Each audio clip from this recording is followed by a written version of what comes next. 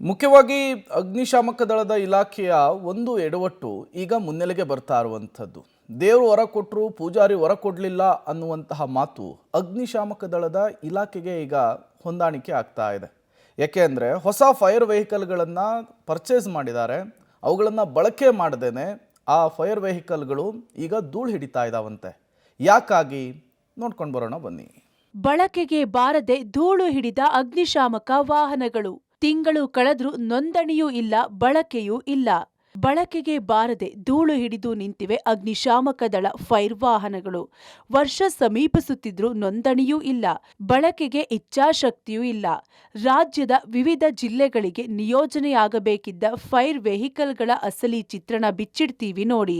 ಬನ್ನೇರುಘಟ್ಟ ರಸ್ತೆಯ ಆರ್.ಎ. ಮುಂಡ್ಕರ್ ಅಗ್ನಿಶಾಮಕ ಮತ್ತು ತುರ್ತು ಸೇವೆಗಳ ಅಕಾಡೆಮಿ ಆವರಣದಲ್ಲಿ ಹೊಸದಾಗಿ ಖರೀದಿಸಿದ ಅಗ್ನಿಶಾಮಕ ದಳ ಫೈರ್ ವಾಹನಗಳು ಬಳಕೆಗೆ ಬಾರದೆ ಧೂಳು ಹಿಡಿದು ನಿಂತಿವೆ.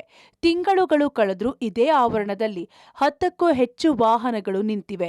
ರಾಜ್ಯದ ಹಲವು ಜಿಲ್ಲೆಗಳ ಅಗ್ನಿಶಾಮಕ ಠಾಣೆಗಳಿಗೆ ಈ ಹೊಸ ವಾಹನಗಳನ್ನು ನೀಡಬೇಕಿತ್ತು. ಈ ವಾಹನಗಳ ಬೆಲೆ 26 ಲಕ್ಷದಿಂದ 29 ಲಕ್ಷ ರೂಪಾಯಿ ಆಗುತ್ತೆ. ಹೊಸದಾಗಿ ಖರೀದಿಸಿದ ವಾಹನಗಳಿಗೆ ಆರ್ಟಿಒದಿಂದ ನೋಂದಣಿಯೂ ಮಾಡಿಸಿಲ್ಲ, ಬಿಡಿ ಭಾಗಗಳನ್ನು ಜೋಡಿಸಿಲ್ಲ. ಬಿಸಿಲಿನಲ್ಲಿ ಅನಾಥವಾಗಿ ನಿಂತಿದ್ದು ನಿಂತಲ್ಲೇ ಕೆಟ್ಟು ನಿಲ್ಲುವ ಸ್ಥಿತಿಗೆ ತಲುಪಿವೆ. ಜನರ ತೆರಿಗೆ ಹಣವನ್ನ ಸರ್ಕಾರಿ ಅಧಿಕಾರಿಗಳು ಹೇಗೆ ಪೋಲ್ ಮಾಡ್ತಾರೆ ಅನ್ನುವಂಥದ್ದಕ್ಕೆ ಸ್ಪಷ್ಟ ಉದಾಹರಣೆ ಇದು.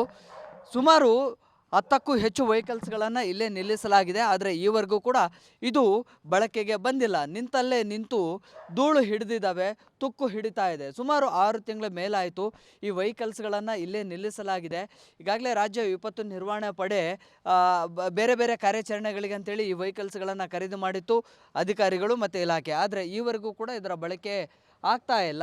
ಸೊ ನೋಡಿ, ಗಮನಿಸ್ತಾ ಇದ್ರಿ, ಇದೆಲ್ಲವೂ ಕೂಡ ಒಂದು ರೀತಿಯಲ್ಲಿ ಧೂಳು ಆವರಿಸ್ಕೊಂಡಿದೆ.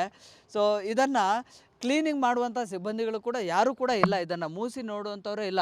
ಮೇಲ್ಗಡೆ ನೋಡಿ ಟಾರ್ಪಾಲ್ ಅದೆಲ್ಲವೂ ಕೂಡ ಕಿತ್ತು ಹೋಗಿದೆ. ಬಿಸಿಲಲ್ಲೇ ನಿಂತು ನಿಂತು ಒಂದು ರೀತಿಯಲ್ಲಿ ಬಳಕೆಗೆ ಬಾರದಂಥ ಸ್ಥಿತಿಗೆ ತಲುಪಿದ್ದಾವೆ. ಕೇವಲ ಒಂದು ಭಾಗ ಅಲ್ಲ, ಸುಮಾರು ಕಡೆಗಳಲ್ಲಿ ಕೂಡ ಇಂಥದ್ದೇ ಇದೆ. ಬಿಡಿ ಭಾಗಗಳನ್ನು ಜೋಡಿಸುವಂತಹ ಕಾರ್ಯ ಮಾಡಬೇಕು. ಅದಾದ ಬಳಿಕ ಸಾರ್ವಜನಿಕರ ಬಳಕೆ ಅಂದರೆ ಎಲ್ಲೆಲ್ಲಿ ಡಿಸಾಸ್ಟರ್ ಕ್ರೈಸಿಸ್ ಇರುತ್ತೆ ಅಥವಾ ಯಾವುದಾದ್ರೂ ಕಾರ್ಯಾಚರಣೆಗಳಿರುತ್ತೆ ಆ ಭಾಗಕ್ಕೆ ಈ ಒಂದು ವೆಹಿಕಲ್ಸ್ಗಳನ್ನು ಕೂಡ ಮೂವಿಂಗ್ ಮಾಡಬೇಕಾಗುತ್ತೆ. ಕೇವಲ ಬೆಂಗಳೂರು ಮಾತ್ರ ಅಲ್ಲ, ರಾಜ್ಯದ ಬೇರೆ ಬೇರೆ ಜಿಲ್ಲೆಗಳಿಗೂ ಕೂಡ ಈ ಒಂದು ವೆಹಿಕಲ್ಸ್ಗಳನ್ನು ಕಳಿಸ್ಕೊಡ್ಬೇಕಾಗಿತ್ತು. ಆದರೆ ಈವರೆಗೂ ಕೂಡ ಆಗಿಲ್ಲ. ಮತ್ತೊಂದು ಅಚ್ಚರಿ ಅಂದರೆ ಖರೀದಿ ಮಾಡಿ ಸುಮಾರು 6 ತಿಂಗಳ ಮೇಲಾಯಿತು, ಇನ್ನೂ ಕೂಡ ರಿಜಿಸ್ಟ್ರೇಷನ್ ಕೂಡ ಆಗಿಲ್ಲ. ರಿಜಿಸ್ಟ್ರೇಷನ್ ಮಾಡಿಸೋದಕ್ಕೂ ಕೂಡ ಅಧಿಕಾರಿಗಳು ಹಿಂದೇಟನ್ನು ಹಾಕ್ತಾ ಇದ್ದಾರೆ. ಹೊಸದಾಗಿ ಖರೀದಿ ಮಾಡಿರುವಂತಹ ಪ್ಲಾಸ್ಟಿಕ್ ಕವರ್ಗಳಿದ್ದಾವಲ್ಲ, ಆ ಬಿಸಿಲಿಗೆ ಅವುಗಳೇ ಒಂದು ರೀತಿಯಲ್ಲಿ ಒಣಗ್ತಾ ಇದ್ದಾವೆ, ಅವೇ ಕಿತ್ತು ಹೋಗ್ತಾ ಇದ್ದಾವೆ. ಟಾರ್ಪಲ್ ಅಂತರೂ ಎಲ್ಲ ವೆಹಿಕಲ್ಸ್ಗಳ ಮೇಲೆ ಕೂಡ ಆಲ್ರೆಡಿ ಹೋಗಿದೆ. ನೋಡಿ, ಬಿಡಿ ಭಾಗಗಳನ್ನು ಜೋಡಿಸುವಂಥ ಕೆಲಸ ಕೂಡ ಆಗಿಲ್ಲ.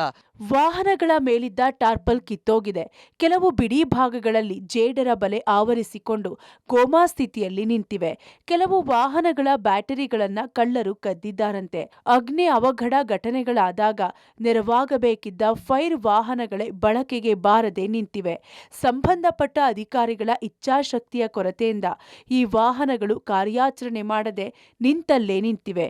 ಈಗಲಾದ್ರೂ ಈ ವಾಹನಗಳು ಬಳಕೆಗೆ ಬರುವಂತಾಗಲಿ. Prakash D Rampur, public TV, Bengaluru.